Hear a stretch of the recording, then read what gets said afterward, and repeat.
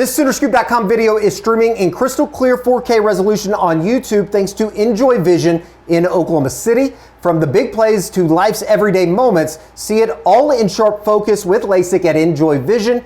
Enjoy Vision. This is where Sooner Scoop LASIKs. Yeah, I mean, they schedule us as their homecoming for a reason, so we got to come ready to play. We got to give them our best shot. So we take every week serious, so we got to emphasize the technique, emphasize the eyes and whatnot, and coverage plays, and just be confident in how we play. That was Eli Bowen on Monday evening. It is Tuesday evening, November 11th. Happy Veterans Day to everybody out there that has served, my cousins and that such. George Stoya, Eddie Radosevich here for a William and Lauren practice report. And a lot of news today on the actual news front. Board of Regents meeting. George was over in Oklahoma City, right? Yep. Health Science Center. Okay. Love the Health Science Center in Oklahoma City. Talked to Joe Castiglione, President Joe Harroz, about all of the stadium renovations, upgrades, if you will, that are coming to Phase 2. Also have the baseball, Kimray Family Stadium approval official now. Phase 1 for that will begin in leading up into the 2026 baseball season. And then obviously it'll be ongoing as much of these projects go, both football and baseball, with the Phase 2 over at Kimray Family Stadium. But certainly when you donate as much money as the Kimray family has done for the OU baseball program, you get to put your damn name on the stadium. Very cool stuff for Skip Johnson and company. George, how are we? Great. Love covering a good Board of Regents meeting. So they're the best, aren't they? How was the executive session today?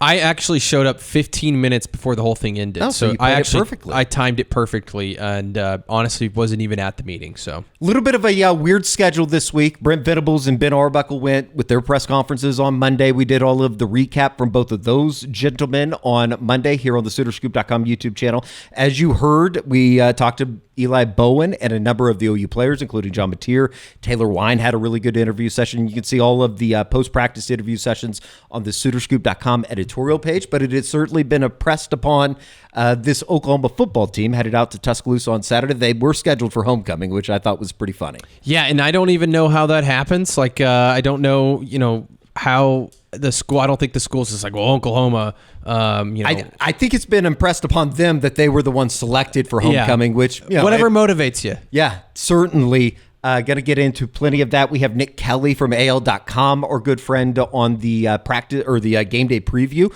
which will be coming on Thursday-ish probably, as we head into Bryant-Denny Stadium for what is going to be a massive game. Yep. Certainly feels like a playoff type game, especially for Oklahoma going into the game this week. Yeah, massive. Playoff elimination game in a lot of ways. I was listening to our good friends Andy and Ari this week on their show talk about the game, and they basically said Oklahoma has to win this game to get in. They don't believe that OU can if they lose. And that's to be determined. Playoff rankings, obviously, we'll see tonight here shortly where Oklahoma ends up. But don't be shocked if they fall. And I wouldn't say fall, but I think that I would have 12, 13, I would be surprised possibly. I would be surprised if they fell. Okay. I don't know who would jump them. Well, I guess in my brain, and you're adding that G5 school at some point by the end of it. So even if Oklahoma's in 12, they're really probably 13. Right. If they're 11th tonight, they'd be the first team out. Sure. Because the ACC is still going to get a team in, most likely. Unfortunately. And which I didn't realize there's a scenario where the ACC gets left out if there's two G5 teams that get ranked higher than them. Higher than their conference champion, then they could technically, like if the scenario would be James Madison and South Florida both win their conferences and are both ranked higher than the ACC. Sure. They could get in over the ACC champion. I kind of am cheering for that. That would be awesome. That would be funny. I know that, we're in the stage here with 3 weeks left in the regular season too, that people have started going through the calculations of how could this team play this team in Atlanta in the SEC championship. There is a gateway for Oklahoma and Texas to play in Atlanta, which would be unbelievable. Both have to win out. Alabama has to lose twice, I think. Obviously, Oklahoma winning out would give Alabama one. Then you would have to get Auburn to win. I think there's a couple other scenarios, too, like Ole Miss would have to get beat by Mississippi State. A lot of hoping, but there still is a chance, and certainly for Oklahoma's playoff chances, it all begins with a win on Saturday in Tuscaloosa. We'll get into some of the post-practice stuff. Obviously, you're going to start here with the Board of Regents and you talking to Joe Castiglione as well as Joe Harroz about the big news coming out of Oklahoma City today. But first, let us tell you about our good friends over at homefieldapparel.com. It's starting to get to the point where you're going to need a jacket like you see there. That's a little bit awesome. of a throwback. Obviously, Homefield, known for their comfortable clothes, officially licensed apparel, vintage college designs, as you see there on the screen. All you got to do is go to homefieldapparel.com. They're, of course, based out of Indianapolis, as we've told you before. And this is where it's not weird, but this is a Big Ten initiative. Got a blood drive. Every 2 seconds, someone in our country needs blood. When you donate through Abbott and the Big Tens, we give blood drive competition. You're not just helping your school compete to win $1 million for student or community health, you're saving lives. Plus, you'll score a limited edition Homefield t-shirt. So show up, donate, and turn your school pride into a purpose. Go to big10.org/Abbott to find a donation location and get in on the action. ABBOTT, Abbott, ABBOT. So that's big10.org/Abbott, ABBOTT, to find a donation location and get in on the action. I know that we have listeners throughout Big Ten country, so if you're up there and willing, you can be more than, I'm sure that they would be more than happy to take your blood as we raise. You ever given blood? I do it all the time. In fact, I did it for a living when I was in college, but it was donating plasma. There you go. I gave blood in high school a few times, so. You'll never, I'm sure that OU fans that have are familiar with the blood donation, plasma donation place here in Norman. It's a character building experience, and you get $25 at the end into a college kid. I think it's that up to means an 50 entire now. weekend. Really? I want to say it's higher than that. I might be back in on the plasma donation. Thank you to our good friends over at homefieldapparel.com. Grab the jacket. It's going to be cold for the final two home games for Oklahoma when they return to Norman next weekend against Missouri, 11 a.m. kickoff. All right, let's get into today, this morning. Obviously, Phase 2 is a West Side expansion project.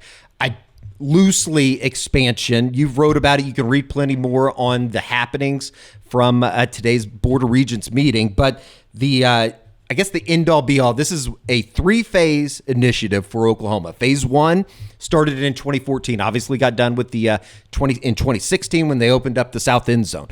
Phase 2, West Side, is to be completed by 2029. So there are going to be some seasons or season where Oklahoma, there's a lot of construction going on.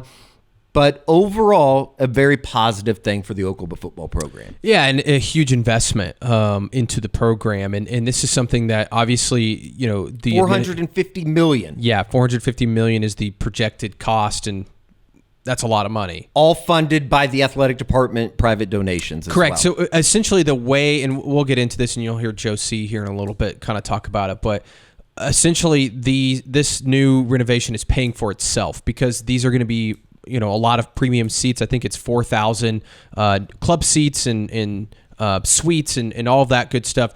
Those are going to be obviously very expensive, and the cost of them is going to pay for themselves. So Oklahoma's not taking any state funds or anything like that. They have the money basically through revenue and such that they've got in the athletic department, as well as some big time boosters and fans that want to pay for this premium seating that they're going to be building. So it's a lot of money. It's also not the same money that is going to players and such.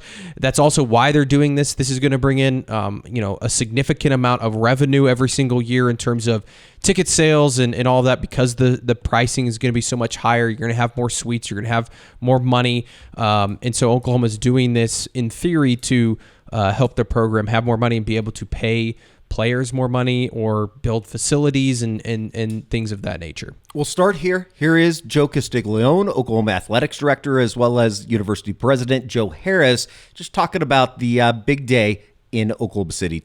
We're at a very important step along a great journey to renovate the west side of our Gaylord Family Oklahoma Memorial Stadium. It's the next big phase in a master plan that we developed well over 12 years ago, presented to the board approved, and we've been following that plan ever since. That side of the stadium, as you all know, is over 100 years old, and celebrated that anniversary last year.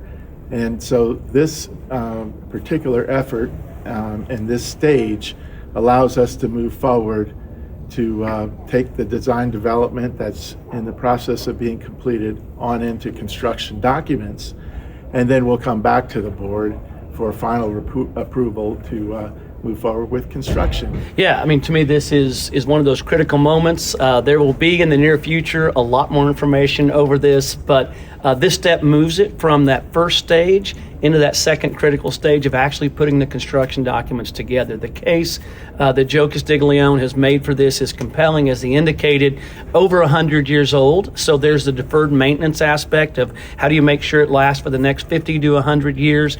That would have to be addressed regardless of doing all the renovations that we're proposing. But in the world we're in right now, and with the position that we're in right now, by doing this west side, we can not only deliver an incredible opportunity for our fans, but it will actually produce money net that can then go into the program as well. So it won't use any state funds. It'll be funded by private gifts and those that are purchasing those seats. And aside from being beautiful, increasing the fan experience, fixing the issues that we had, that you have just being 101 years old, it will also be something that produces revenue to help keep Sooner excellence on the field. Get into some of the particulars here. Construction would begin in 2027 after the season, so we're talking 2 years from now, ongoing through 2028. It would be completed by the beginning of 2029 is the way I understand it. Yep. 47 suites, 64 loge boxes, accommodating 280 persons, 4,000 new club seats, expanded press box, new sideline-oriented sports lighting, sound system enhancements. That's all part of phase 2. Yeah. Your next question is a good question that I'm sure a lot of people out there that are going to be watching this would have. If I have season tickets on the west side, what happens to my seat? That's a great question. I think the price is about to go up. Sure. I think that's certainly... I think everybody in the south end zone, my parents included, saw the same thing in 2014 when they renovated the south end zone. And I don't know all the details. I asked Josie about that, and we have the clip, and we'll play it here in a second. But I would assume that you'll have the option to relocate. You can stay there and pay the premium of whatever it is it's going to be. I also don't know the exact sections that will be affected. I think there's a few that will be partly affected and some that won't be affected. A lot of those middle sections will be on the upper deck and the lower bowl. So I think that you'll have to talk to Sooner Club people and the ticketing office and all that. I'm sure they'll be contacting you if you have those season tickets. Also, I know there's probably a lot of people out there like they want to see what's it going to look like. Renderings aren't out there yet. I think they're going to be out there in the next few months. I would bet by the next Board of Regents meeting, which I think is in January, we'll have renderings, which they kind of teased them a little bit today. If you want to know what it's going to look like, OU did go look at every single stadium in the SEC. They took some notes and stuff. They looked at some other schools. The one school that, from my understanding, that they really studied was Florida State. Florida State just did some renovations back in 2023. This was the first year for them at I think it's Doak Campbell. Why not Doak Walker? That's the award. Doak Campbell football stadium. Now, you'll see in those renderings the club level, the suites and stuff that they put in on their west side are almost like field level. I don't think Oklahoma's will be field level, but there will be some in that lower bowl, so it'll look a lot different than what it looks right now. That's kind of what I think it's going to look like. You can also look back at the 2014 renderings. I think there'll be some similarities there too, especially when it comes to the press box and kind of those suites up top. So we'll have to wait and see on those, but they did a lot of research on what they want to do here. Measured expectations when it comes to renderings of any form. I think we've learned that with the Oklahoma City Thunder and their new arena up in Oklahoma City. But nonetheless, you did ask Joe C. kind of some of the frequently asked questions just in terms of what happens to the people that are season ticket holders on the west side. Here is more from Joe Castiglione on Tuesday. We're not ready to finalize that number publicly yet, but as we've said from the very beginning, the capacity would fluctuate as we move through the various phases of the master plan. You might remember when we added the south end zone, the capacity went up, and then we needed to move through and start doing code adjustments, adding handrails, and the capacity started getting modified with that. And so this particular project has all been well planned, and as we said back in 2014, when that overall master plan was announced publicly. Have you had any communication with fans or season ticket holders that are on that west side that maybe their seats could change or look different over the next few years? George, you ask me all these questions. You like bigger answers, but of course, yeah. We're working through that because, as the president mentioned, this project, in essence, is funded by our fan base. I mean, not everybody, but certainly recognizing the legacies that we have of fans in that stadium that have been there. And you see, we announced this on games to recognize people who have been there 40, 50, 60 years. So we haven't gotten to them all yet.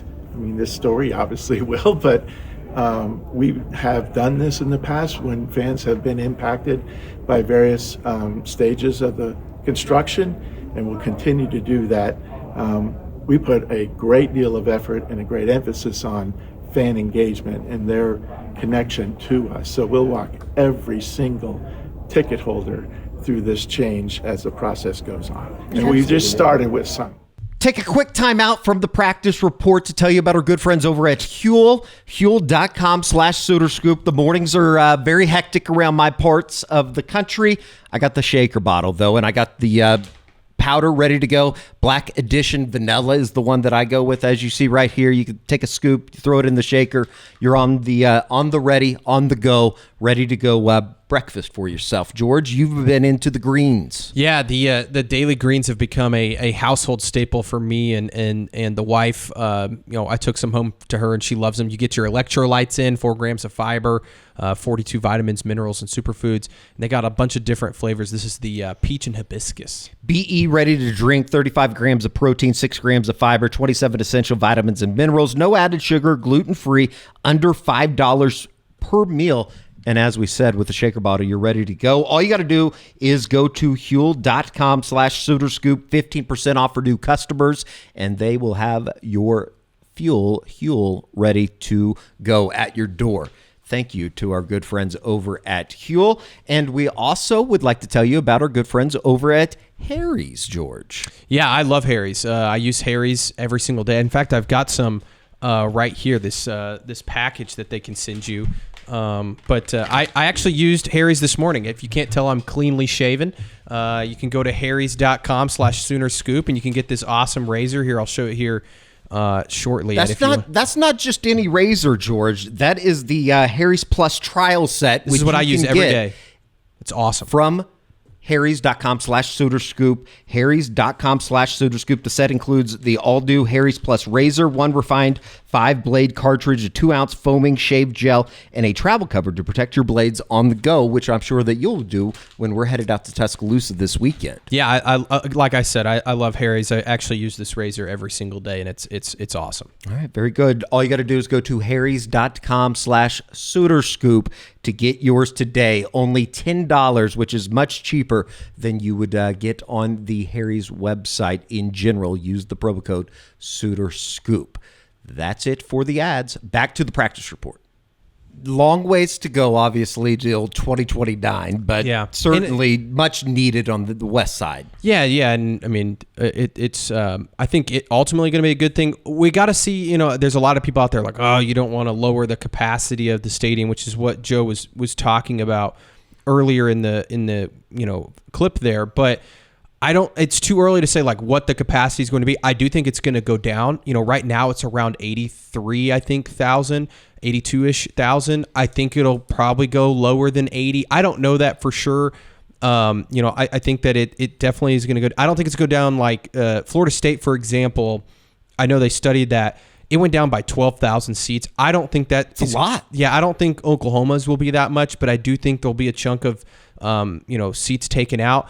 But to add on to that, the phase 3, which who knows how long we are away from them getting to phase 3. That's the north end zone. And it's my understanding, and Josie actually spoke about that today as well, phase 3, whenever they get to that, is actually adding seats in the north end zone. So eventually the hope is to get the capacity up higher than it is currently, over 83,000. I just don't know, like that could be 15, 20 years from now before they get to that. And obviously during the 28 season, when they will be doing construction on the west side, the capacity is going to be, probably significantly lower because they're going to be doing construction on a good chunk of that side of the stadium.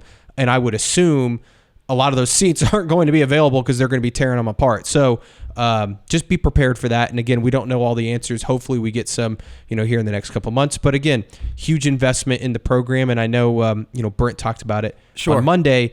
And he's certainly a fan of it. Yeah, you can see the entirety of Brent Venables' press conference on right here on the SoonerScoop.com YouTube channel, him talking about it. And obviously, this is a tremendous amount of donation that comes from a private standpoint of there's money. There's willingness to give the money to the university to get this done. And as we've always said, you win a couple national championships, all of a sudden, I think that these projects will be accelerated even more with the influx of money. And I think, obviously this is not why they're doing it. They've been trying to get the West Side Stadium done for a while, but it would have, fallen on deaf ears if, the football team wasn't any good this year.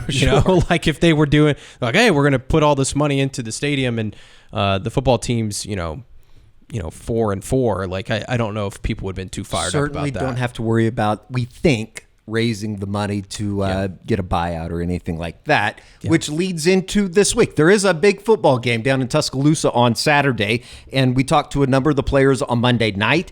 We talked about it on Monday here on the William and Lauren Practice Report, just in terms of the confidence that you're talking with some of the offensive players, but certainly coming back from the bye week, it was kind of a good reset for guys like a John Mateer, Taylor Wine, coming off of a big win 2 weeks ago in Knoxville. Yeah, kind of reset, right, and prepare for this final stretch because this is a massive stretch.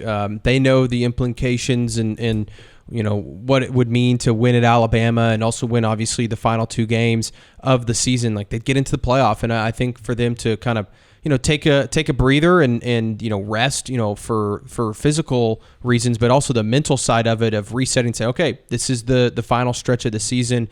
Let's make a run at this thing. Here is John Mateer, Taylor Wine, and a little bit of Caden Helms, who we'll feature a little bit more on the game day preview, just talking about Oklahoma coming back from the bye week.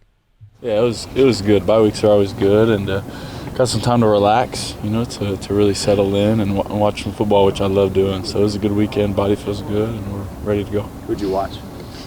I was sitting on the couch all day. Surfing? Yeah, I watched like every game that was on. You got YouTube TV? I do have it, but I watched it on Fubo this weekend. So. Yeah, it was important. You get to rest up, kick your feet up, watch some ball. Extra time to jump on these guys, and yeah, it was good. It was nice, recover, take care of our bodies, and get back to the fundamentals. So when we got the work in, we got it in pretty hard, and we just keep building off on top of that. I mean, I want to say a different energy. I think every day, we come to work with the same mindset, nameless, faceless opponent, and at the end of the day, we're playing against ourselves. We want to minimize, mental error. Coach says all the time, don't let Oklahoma beat Oklahoma, and I think that's something that we kind of embody and come out each and every week with that mindset. So, don't want to make any game bigger than another game. Just kind of want to go out there and keep the same routine. Throughout some of the struggles of the season, you've talked about your eyes kind of being the issue. Do you feel like the bye week's been beneficial to building the confidence there, and you feel like you're prepared against Alabama? Yeah, I mean, it's a couple extra practices to get more reps, and got good reps last week, and then also just to settle in and watch film, not have to perform the next week. I can focus, I can self-scout a little bit and see what I really need to work on, and so it was really good. Yeah, I mean, we're used to it. All of our away games we've won. True away games we've won, and so we're just used to just that road dog mentality, and we're going to go in there and kick the door down, and we're playing a great opponent. They do a lot of great stuff on tape, and they're really talented, really deep in the roster, and so we got to be prepared and ready to go. But as far as the road dog, we're ready. We're excited. Does that drive you at all? Last year you came into this league and everybody made so much about it. It was a disappointing year, but now kind of you're starting to prove that you belong here and that you have a chance to prove that you're one of the best teams in this conference? Well, we're one. I mean, this program is one of the, if not the best, one of the best in college football. We're a winning program, and I think Coach V, I think it was the most wins since World War II. I think that's what it was, and so yeah, this program is built on the foundation of winning. So it doesn't surprise us at all. You got some humps and stuff that you got to go over, and you deal with some adversity, and you figure out how to attack and get back and win games. Listen, I know that it's a tremendous task going to Tuscaloosa and winning a place that I believe they've only lost 2 conference games since 2015. With that said, it does seem like when you're coming out of Knoxville, and we talked to some of the players last week going into the bye week, and then obviously again on Monday night, it does seem like there's a certain level of swagger that they've been able to obtain, and if nothing else, a confidence that they can go on the road and win in somewhat hostile environments, right? Obviously, Knoxville, we've talked about it, how great, how tremendous that atmosphere was. But even a place like South Carolina, they went and they took care of business. And I guess I kind of had forgotten, Taylor Wine mentioned it, they are undefeated on the road in true road games this year, obviously, with the only loss coming in Dallas on at the Cotton Bowl. Yeah, and I hadn't really thought about that either. And they've kind of checked a lot of boxes, even going back to Philadelphia and just kind of, obviously the maturity in which the way that they went. Brought their own juice, right? They always say that, bring your own juice to a place like that, and they did, and they dominated that game. And then going to South Carolina, bouncing back after a tough loss against Texas, going on the road in a place that,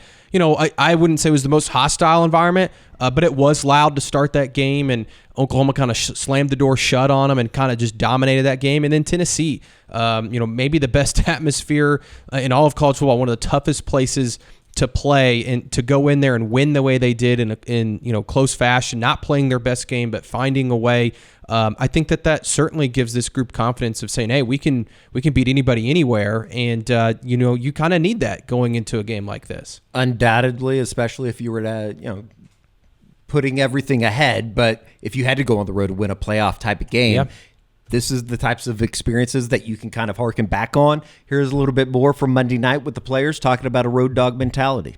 It was awesome. I had 10 family members there, and so I get to play in front of them. And when you go to school out in Oklahoma, everyone goes to OU. But when you go to school out in Tennessee, everyone goes to UT, Tennessee. So I got to play in front of a bunch of old friends and old teammates as well. And so it was really awesome. It was cool. The stadium was rocking. That was one of the coolest environments I've ever been in, if not the coolest. Yeah, I mean, we enjoy it. I'm not sure of a whole lot of teams that just don't, that hate getting booed. I think it brings an extra element. It's fun, and we all embrace it and we challenge each other. So it feels like practice. How much does it help, just the confidence of the whole team? You already have Columbia and Knoxville under your belt when you go on the road again like this week. I'd say it's just we don't have to do anything we haven't done. We can go in and play our football, and it's a good team. There'll be some resistance, and the fans bring a whole other element. But no game is like another. We got to go in and start from play one, but we're feeling good. I mean, yeah, it's always obviously every place is different. It did feel good, go get a tough road win. We had South Carolina a couple weeks ago as well. But like I said, we kind of just gotta treat each opponent differently. Can't let last week beat us this week, and really just gotta go out there with the same mindset every day. I'd say every person is different. I think it's probably 50-50. Obviously, you put it in perspective, and it's awesome, and it's great, and it's everything we've all dreamed of. But also, it's 11 on 11, and it's football, and you got to hone into what you have to do each play, and so it's a little bit of both. Do you guys talk about the college football playoff and what's on the line in these last 3 games? A little bit, but it's not the main focus. The main focus is getting better every day, like it's been all year. We all know. I mean, we have the chance to determine our own destiny and keep it right in front of us. So that's our goal, and yeah.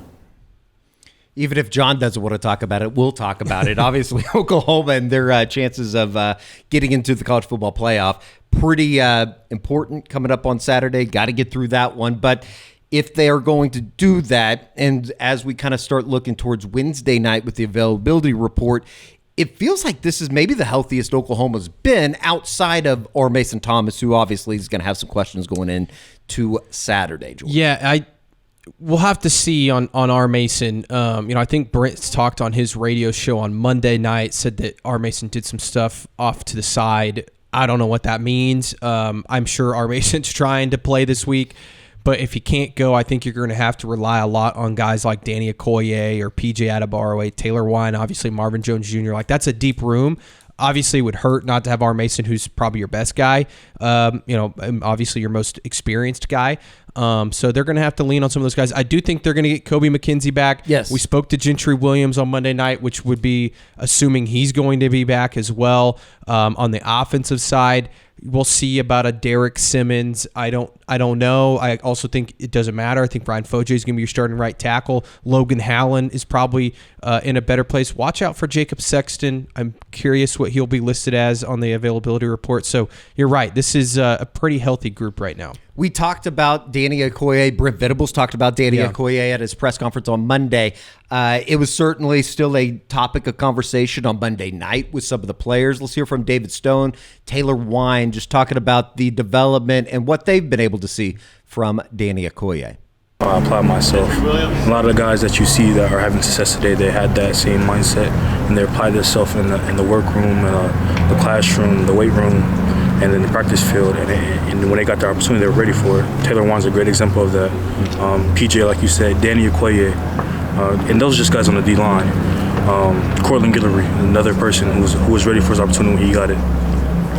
So Eddie Pierre-Louis, another kid right there on the offensive side. So it's examples all across the board of guys who are ready and like-minded. So that's how I feel about that. That's what we prepare for. We practice. Everyone, if you're on the bus, you're going to practice and prepare like a starter, and that's the standard here. And so that's all we're worried about. And it's not about who's going to be playing or who's not, and it's about playing to a standard, practicing to a standard, and preparing to a standard. When you have a young guy like a Danny Okoye who has tons of talent, do you spend more time, working with him during the week, or he works his butt off himself, and he comes out and seeks us and coaching, and he comes and seeks the older guys to help him and kind of bring him along as far as game plan wise and whatnot. But Danny's so intelligent and talented that we're not worried. We know Danny's going to step up to the occasion, and he'll be ready. Man, he's a dog. Like, I love him, man, all the way. Like, there's a couple of moments in games where I'm like, damn, like I'm in my own head. He come over there, smack me across my shit, man, and get me going. And he knows what buttons to press on me to get me going. And then when it's time to practice, man, we're going at it. Inside drill, pods, half-line pods, one-on-ones, whatever it is, man, it's a battle. And, he's training to finish every time. He's not going to finish me, but we're going back at it. So it's a good competition both ways, man. And I truly love the kid and the way that he works. Have you seen anything that's translated for Danny Okoye from the practice field to the game, just to the game? Because he's gotten progressively more and more opportunities last handful of weeks, last month. What have you seen translate for him? Well, I think it's just what y'all see on Saturdays is what we see every day in practice. That's the same Danny I know. So, it doesn't shock me at all that Danny's playing more and Danny's getting these snaps. That's just who he is. He prepares like that, so. That Danny Okoye sack against Tennessee that you just saw, that was kind of one of those moments where I think everybody, I don't know if you could feel it. There's nothing tangible to point at, but you could just think that, okay, R. Mason's probably going to be out for the rest of this game. That was a step in the right direction for Oklahoma defensively, and certainly a massive opportunity possibly coming up on Saturday. Yeah, and he whooped his guy on that play. Just went right by him. And he's a guy that, I think we all have penciled in for next year, being a dude, with Taylor Wine and PJ being back. Like, that threesome, could be really good for Oklahoma next year. And Danny's got that twitch, right, and the physical abilities. So I think his ceiling's extremely high. I think it's just they're now going to be asking a lot of him pretty quickly. And you're still going to see a ton of Taylor Wine and Marvin Jones Jr. and PJ, but I think you're also going to see a lot of Danny Okoye, especially in some obvious passing situations. It's been somewhat quiet, and I know that we have talked about this a couple of other times, but it seems like that light has come on for PJ Adebawore, even though you don't think back and go, oh, what a fantastic play. He had the fourth quarter TFL, play, the TFL against Joey Aguilar, but he's had a fantastic year. I think he's kind of arrived, albeit quietly, this season. All right, that's going to do it for the program tonight. Tuesday night, you'll have full coverage of the college football playoff rankings coming out at 7 o'clock. And then Wednesday night, we'll get our first taste of the availability report, and we'll see where somebody like an R. Mason Thomas ends up on that going into the game Saturday. So we will be back, Unofficial 40, with us two, Kerry Murdoch, Josh McQuiston on Wednesday afternoon. I think you're going to want to watch The Family Business as well this week here on the SoonerScoop.com YouTube channel. Joe C. Jr. and Isaac Stoops catching up with the great Dusty Dvoracek to get his thoughts on the Oklahoma program heading into what is some meaningful football in the month of November. And I think we said at the beginning of August, if you could just be playing meaningful football in November, that was going to be something that would really excite the Oklahoma fan base. Yeah, I mean, they're here. This is what you've been, wanting. And we said before the season, if you can get to 7-2 before this final 3-game stretch, you give yourself a chance. And Oklahoma has certainly done that. No doubt about it. For George Stoya, I'm Eddie Radosevich. We'll see you back here on the SoonerScoop.com YouTube channel.